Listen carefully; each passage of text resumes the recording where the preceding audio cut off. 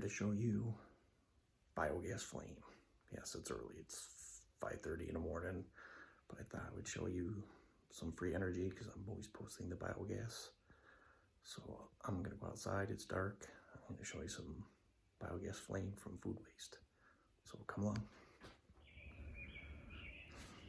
All right, so let's see the kind of biogas that we can get, or biogas flame, sorry, out of the digester. It's a little dark, I'm sorry, but this is the best way to show you.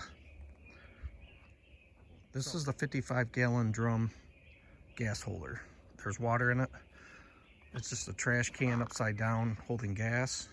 It's like an extra storage. And let's give it a try. See if I can get it to work here. Turn the gas valve on. You can hear it already. Ooh, it smells. Check that out. It's 5:30 in the morning. That's free gas, everybody. Check that out. This is wicked cool. From food scraps. This is food scraps right here. Just amazing. Turn it off here. See, melting the plastic. All right, that's it.